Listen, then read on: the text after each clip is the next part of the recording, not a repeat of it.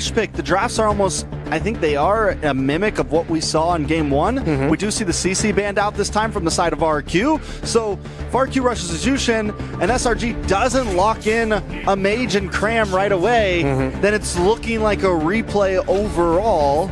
They do bring in the Zushin. So I think this time maybe, do they steal the Lapu? No, and not let RRQ take it up front? No, Kalia Farsa right off the rip. I think the biggest problem was that they didn't have that initial burst and they put a lot of the eggs into the Sakai's basket, which is not entirely wrong, right? But they kind of need to alleviate the pressure, and that's what Stormy is really good at doing. He really squeezes out a lot of value from mages, even though it's supposed to be like late game scaling. Again, game number 2, Genius want early, rotate, give the rest of the farm to Cram. Yeah, I'm also on both that when the Jushin gets picked, you take the Farza immediately, and there it is, Kalea Farza, good call. Doesn't this mean RRQ can rush all their crowd control chainers right now? They can go Gato, they can go Badang. They're definitely going to have to pick up their gold laner now, or maybe they don't even have to, because we know that the gold lane for RRQ does have a deep pool. Toy has a lot of options that he can go for. If he doesn't get his Claude, he can get an Irithel to be even more of a menace for SRG. I think you go Gatot Lapu at this point, right? I think you know for a fact that Dairon is confident, but more importantly, you need somebody to cancel out this feathered airstrike. And if you're going to lean into Dairon, you might be able to kind of pivot the idea for SRG to say, hey, you want a super safe R4? Well, guess what? You're going to have to commit a little bit more. But a Kai instead. I think it's solid, because the worry is if they don't pick up jungle now, SRG picks whatever they want.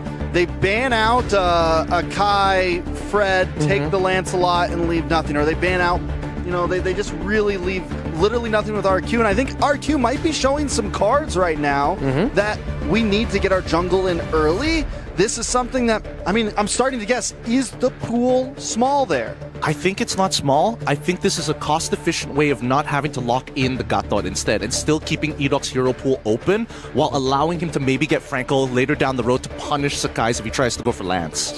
Oh, okay. Let's see what the possibilities we're going to be seeing. We pose a lot. SRG do rush the Claude right away up against an Akai Moscow. That is a difficult pick to make work, especially with what's available for RRQ later on, but I feel like that screams confidence. There's something that how Innocent played into how RRQ were team fighting in game number 2 that made SRG go, you know what, we're feeling good about the Claude. I mean, the Claude's never like that bad, you know? I mean, even though I feel like it's always kind of a skill matchup. Because of that BMI, you always have some ability to dance. You always have a way to come in.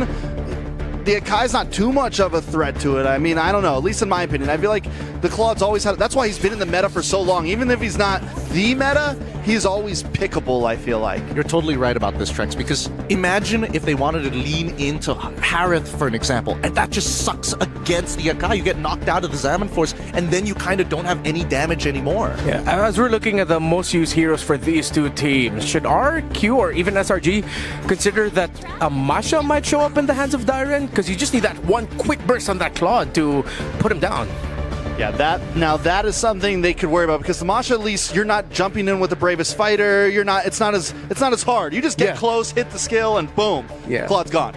I mean, there's that, but also I do agree with people's opinions on Dairon on Badang. He's a different beast, right?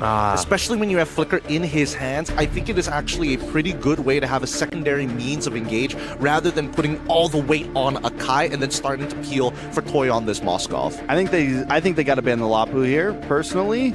I think the Farza, it's the one thing that can maybe catch the Farza off guard. Yeah. Badang also, it could be a problem as well. Either one. They're going to go for the Matilda instead, though, which with the utility jungle, I get it. Yeah, interesting. That would have been an overload on utility for the side of RRQ, but that would have messed up the rotational speed for SRG. I think they're putting a lot of focus onto the Sakai and what it can do to disrupt the flow of the rotations for the side of Selangor Red Giants. Well, for RRQ, yeah, I don't think they need to worry about EXP lane picks, because a lot of the EXP lane picks that you can pick up for SRG right now are looking at that Akai and going, oh, this is going to be a tough game for me. I think no matter what, SRG is going to have a winning EXP matchup, and that's the most important thing for them on that red side, right? The Lancelot ban finally goes through. RRQ have a couple of options right now, and the issue is that they won't have access to sandbags. No matter what sandbag they have, there is a very clear response from SRG's side. So what does SRG take here? Do they save the XP for the possible counterplay, or do they pick something up front? Again, Lapu could be a pick to make sure that they're not getting picked against them. They could just go into something. Lance is already gone. Hayabusa for jungle, maybe just lock in jungle first? Yeah, might be tough. Although that could be a really good option. They go for the Lapu. Okay, they rush the Lapu right away, I think. Yeah, at this point, RRQ goes for the Badang on Dairen. They go for Badang on the Dairen most likely. Because they're also worried about a potential Hilda from the side of Dairen too. I think that SRG are thinking whether util or whether util or assassins, right? I think Hayabusa is not bad, but they want to see the full lineup from RRQ side because they're forcing him into the Hayabusa. RQ though also kind of lacking in burst damage overall.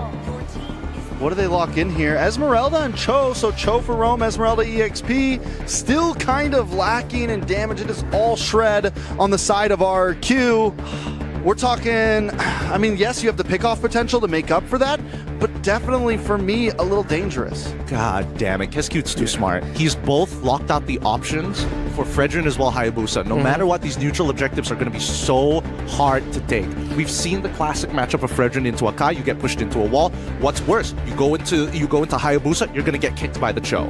Yeah, it seems like with everything RQ brought to the table, whatever Sekais ends up with is going to have difficulty. If Sekais has an easy game, that's an MVP game for him. At this point, it's pick your poison for SRG. Will it be the Hayabusa as your jungle? What was that? That was X-Borg. Yeah, baby! This is interesting because now tempo can be wrestled with. Yeah. With the X-Borg, you can kind of poke out your opponents. Any full commitment to break the Faraga armor is going to initiate all the ults from SRG. And the fact that there's no big burst damage from RQ means it's going to be very hard to get that Faraga armor down. Normally it's the Farza. It's heroes like that you want to use against the X-Borg, and all of that is on the side of SRG right now. How do you break down a front-to-back formation? You don't break it, you burn it down. Let's see if this X-Borg pick will help SRG take this game number 3, or will RRQ take it? Bring it up, Naisu, you guys take it. Take it away, we shall. Thank you so much to the panel for breaking down Game 3's draft. Once again, ladies and gentlemen, welcome. It's me, Naisu, joined with Brigida to bring you this third game in this best of 5 to move on forward to the semis. Will it be RRQ to get the upper hand sitting at match point if they get it, or will it be SRG? We've seen two very different games, Brigida, from Game 1 to Game 2 now, and it's been all about the XP laners. What do we think about this one? Well, I mean, the matchup in terms of the Esmeralda versus the Lapu is kind of given.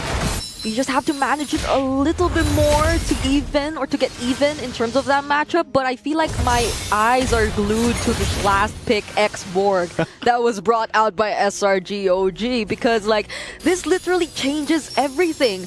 It resembles that idea we saw earlier wherein there are just so many zoners, there's so many playmakers, but it's not just that. The amount of burst damage from RRQ might not be that sufficient to constantly be able to deal with the Firaga armor, especially if Sekais is being protected really well by, let's say, the Fetid Airstrike, by, let's say, just even Yumes on the Kalea. So if RRQ doesn't find a way to play around this lineup of SRG, it's gonna be looking pretty good for the Red Giants. Yeah, and looking at the emblems too, you know, this is what we kind of expect here. You got a couple Impure Rages, of course, for the Sutsujin on the Akai, and then over on the Esmeralda for Dairen. The difference for the XP laner, I would say, for RRQ in this sense is how does Dairen utilize the Esmeralda? So far, throughout MSC, we've seen it struggle a bit, you know, for the most part. But of course, you want to go ahead and utilize the fact that you can also put some pressure to a backline if you need to, or finding Stormy, for example, getting that Wings by Wings or the Purify out from there. But also, it's just a sense that both lineups have a pick-off potential. Yeah. We might see some action up here up top, or at least trying to get some battle spells out. This is a level 4 Sekais too. They might force an initiation before this turtle. They're going to force him back. Edok not level 4 yet, so doesn't have the kick. So they got to respect that. They'll be zoned out for now from RRQ. But SRG We'll see if they actually want to just give this one away. Okay, they finally decide to go for the commit. This time around, Last Insanity already burned as well, literally burning Dairon down. But they gain the control in the turtle, but that's a beautiful stun coming in from Cram. Doesn't allow them to secure it for themselves, however. There's the heavy spin as well coming in from Sutsujin. So SRG, OG might just try to fight this. There's no heavy spin anymore for Sutsujin, but the way of the dragon is still there. They might actually find the kill on Sekai's, and they will. SOD landing as well. Toy gets to participate in that fight. Wow. I mean, like, so this has been the story so far in the series. It's like these team fights always break out, but then they're extended. We're going to look at the instant replay here brought to us by STC. This was a good option for Sutsujin to be like, guys, I'm going to bring them here. Come on, rotate. We got the kick soon. They go for that, and then they continue this fight in. You know, it's very interesting because then even Toy joins on in. So it was one of those cases where RRQ ends up getting a lot more than they should have because of that constant pressure from SRG. Cram could be in trouble here. Oh, the damage coming in from Sutsujin on the Akai in the early game. You also have to respect it, but Edok in the middle lane gets picked up as well. Sekai's has been very aggressive in his use of the X-Borg, not hesitating to use the Last Insanity whenever he sees a potential kill. Yeah. And I feel that so far, it kind of has been working for SRG because even for Sutsujin, he's been playing the Akai very aggressively. In a way, the Akai does have a decent amount of damage that he gets to bring out in the early stages of the game, which allows him to kind of keep up in terms of the farming as well, mind you. But now it's Yumes who might just get picked off, pinned by the heavy spin. But another Last Insanity coming in from Sutsujin, and Yumes is actually alive. So everyone's just working hand in hand to keep each other alive. I felt like so much was thrown at Yumes, and Yumes is still able to survive that. Yeah, he burned the flicker. So that's something, that's a battle spell down, and RRQ has continued to put pressure where they can. But still, even up in this top side, Cram's going to be bullied out a little bit as that work's being done. But the turtle's up, so that's the focus now as both teams rotate for this turtle. Already at half health here. Another Last Insanity committed. Better Dare Strike 2. Great control over the Lord, and somehow Sekai's gets to secure it for themselves. Dairon doing a great job zoning out multiple members of SRG, but will be forced to use the Purify just to get away because he nearly gets caught in that situation. So despite how things have been going for the past 2 games, I feel like there's just as much action, but it doesn't necessarily convert into that much kills for this time around. For now. For now. For now. This is just one of those, I mean, with both lineups, they're maybe a little bit slower to cook than the previous games. That's so far what we've seen. Edok, I don't think he's going to reach that. Not going to be able to set up the kick even with a flicker available. Doesn't want to take the chance, but that's the thing. These lineups need some time to go ahead and scale up, to build up, to get to, you know, that initial burst of the power spike, as they like to go ahead and say it, from our boys yesterday. But eventually they'll get there, but what it does is it puts you in the situation where the game is pretty much even and the objectives are for the taking. Now, both lineups, especially when it comes to the gold laners, will be a little bit different, where you can put pressure with that Moscow still across the map, building up there for Toy. But the gold laners are keeping it even, and that's the main thing. The big part is once we get to maybe that first Lord. Oh, hold on. No BMIs left, but there's a Purify. Quickly casts that Blazing Duet. So that was almost a good call. I mean, it was for RRQ because it forced out the Purify, but now there are multiple members of SRG who are rotating down bottom. Will Edok get to actually recall his way out of this? Doesn't have the way of the dragon anymore, but still decides to show himself just to add a bit more pressure there for SRG to not commit. So at least they get to defend their structures, and that's another thing. Like, we're already 6 minutes into the game, but both teams are holding on pretty well to their turrets. I feel like this one has been more of a, you know, a respect in terms of each other's lineups, even with just knowing that Edok is on this show. Him showing up like just a little bit delayed them, or stopped actually SRG from being like, let's make a play on this tier 1, going for it. But Yumes will hold on to that Tsunami Slam. They're going to fight for the third turtle, though. Oh, they get to force out the Crimson Beacon at least, but Edok still doesn't go for the way of the dragon on Stormy. Innocent gets the last hit on the turtle, and it was a heavy spin committed just to get out for RRQ. So this is where you start seeing some of their skills that are meant for setups be used defensively instead, and that's when you know that SRG are getting hold of the better game so far. We'll just decide to trade things out, however, so at least they get 2 turrets down in the bottom lane. RRQ's getting map. That's what they're getting. Even if they lose that turtle, doesn't seem like they're too worried about it. Again, this is a team with a Moskov. They'll go for map pressure instead. And yeah, you said it. Part of the game plan for both of them as we take a look at the items is, again, burning battle spells. We're looking at 3 purifies for RRQ. You've got 2 for SRG. So part of it needs to be, how do we get these purifies down? Rins, take us a couple shots here. Stormy's been doing work. He's got the glowing wand now. Cram's a little more defensive. War Axe and Dominance Ice locked in. So, big part of this is that when that Lord does come up, both teams are pretty much on even ground. Yep. It comes down to that execution of the lineups that they have, and they're kind of contrasting in a way, because other than the setup potential on both sides with either the Cho or the Kalea for Yumes, you have these windows of burst damage with a Farsa, for example, that go ahead and set things up. And so RRQ, if they want to get an advantage, they're going to keep going for these turrets. They might go for a kick. They kick Sakai's. Oh, now they decide to burst him down, but he has the last insanity to escape and will actually try to get back to at least deal a bit more damage. But that's where you see how SRG OG are just able to use their skills together in conjunction so well, either to protect one another or keep one another safe.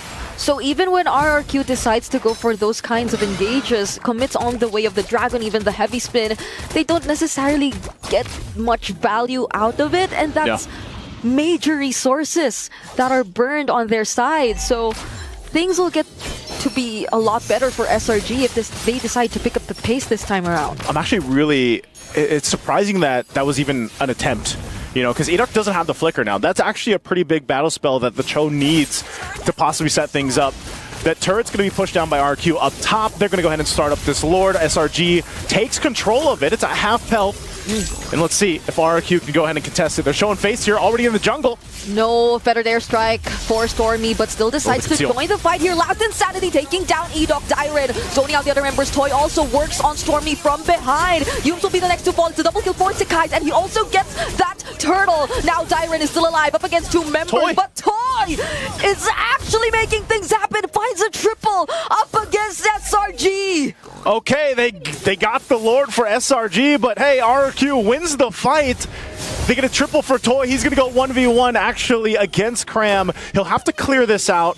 Dyren is there too, but they'll hold it down in the mid lane, and Cram just going to go ahead and jump on into the air and just wait for the rest of the team to come back. So this Lord basically doesn't get much at all for SRG, if anything. Yeah.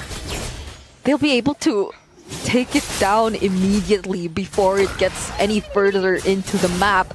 They've equalized the score. It's both 7 kills, but the lead, the map, the way that Toy is just able to pressure it has been doing wonders for RRQ, and now they decide to work on Dyren in the bottom lane. Edok will be surprising them from behind, however, decides to commit the hit onto Innocent, but there will be no follow-up, and now Innocent responds with the Blazing Do It, forces out the flicker as well. Look at Toy. Look at how these teams just keep forcing things out of each other, but again, as you mentioned, Toy, he just gets the better trades. Tor's doing work. Cram's going to spot him out, jumps on him with Brayden's fighter. He's going to go hand in hand, a gun versus a sword, gets the stun down, but Toy still has some space to work with. Last Insanity comes through as Sakai's will finally shut down Toy. There's no way you could get out of that. Multiple members of SRG, and the way that Cram just decided to go for that skill which could deal a lot more damage rather than enhancing your sustain, because that's all he really needed to work on. It was just Toy all alone that he needed to take down. And now somehow they've literally minimized the lead that earlier was at around 1k for RRQ, and now they might just be able to work on this tier 1 in mid. Tsunami Slap already committed onto Edok, gets bursted down once again. SOD will be landing. Will Toy actually decide, or it did not actually land? But fortunately, they get to defend that tier 1 in mid. They put work in to defend the tier 1. They'll do it. I'm not sure if they still want to fight. Cram takes a little bit of damage. We'll go for the stun. He's got to get out of here, though. And RQ still staying around this mid lane. They might look to go for another play. They're going to be in trouble. Dairin on the run, still holds on to the Purify, but still close as ever between the both teams here. So you're seeing a lot of these fights, a lot of the initiations that are happening, and this is what I was talking about with playing into the windows of the lineup. You can see between both gold laners, they are imperative for both the teams here. You've got already that try set up there with the items for Innocent. He is going to be doing a lot of damage with the Blazing Duet, but even so for Toy, he's got the Trinity, but he's also got the Wind of Nature, and that's going to be big in terms of these fights. There's been some instances where we see them going and just getting battle spells down from SRG OG Esports, and this might be one of them. You know, goes for the kick. Oh, they get to isolate the jungler, but the last insanity will be committed still. Better airstrike as well, somehow keeping him safe, but Cram all alone finds a stun onto Choi, but up against 3 might not be able to survive this. Edok on the other side of the map gets traded down as well, and Sutsujin gets bursted down as the Akai. It is Toy's in trouble. Blazing Duet, and now Toy definitely in trouble as he gets taken down. Flicker still available for Yumes, keeping him safe as well, but Tyron barely surviving this fight.